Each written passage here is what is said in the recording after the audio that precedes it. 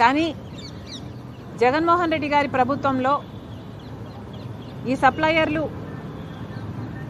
ఏ సప్లయర్లను అయితే వాళ్ళు చూస్ చేశారో, ఏ టెండర్లను అయితే వాళ్ళు ఓకే చేశారో, అవే టెండర్లు అవే సప్లయర్లు ఇచ్చిన శాంపుల్స్ ప్రకారం వచ్చిన రిపోర్టు వల్ల ఇది తప్పు అని తెలిస్తే మరి చంద్రబాబు గారు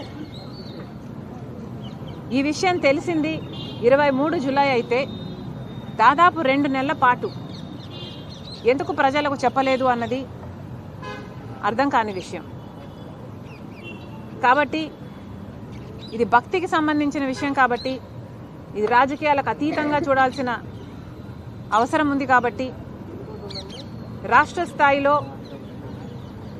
ఏ ఎంక్వైరీ జరిగినా న్యాయం జరగదేమో, ఇది రాజకీయ కోణంలోనే చూస్తారేమో అన్న భయం ఉంది. కాబట్టి ఈరోజు గవర్నర్ గారిని కలిసి సిబిఐ ఎంక్వైరీ కోసం ఆయన కూడా ప్రతిపాదన పంపించాలని కోరడం జరిగింది.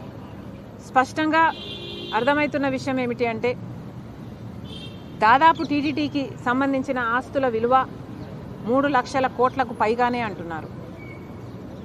అలాంటప్పుడు వాళ్ళ సంవత్సరపు బడ్జెట్టే 5,000 కోట్లు అయినప్పుడు ఇంత చిన్న విషయంలో, నెయ్యి విషయంలో ఎందుకు కక్కుర్తి పడ్డారో జగన్మోహన్ రెడ్డి గారి ప్రభుత్వం సమాధానం చెప్పాలి. అలాగే చంద్రబాబు గారు కూడా మీకు 23వ తేదీన జూలై 23వ తేదీనే ఈ రిపోర్ట్ వస్తే మరి అప్పటి నుంచి ఇప్పటి వరకు ఎందుకు బయట పెట్టలేదు? ప్రజలకు చెప్పాల్సిన అవసరం మీకు కనిపించలేదా?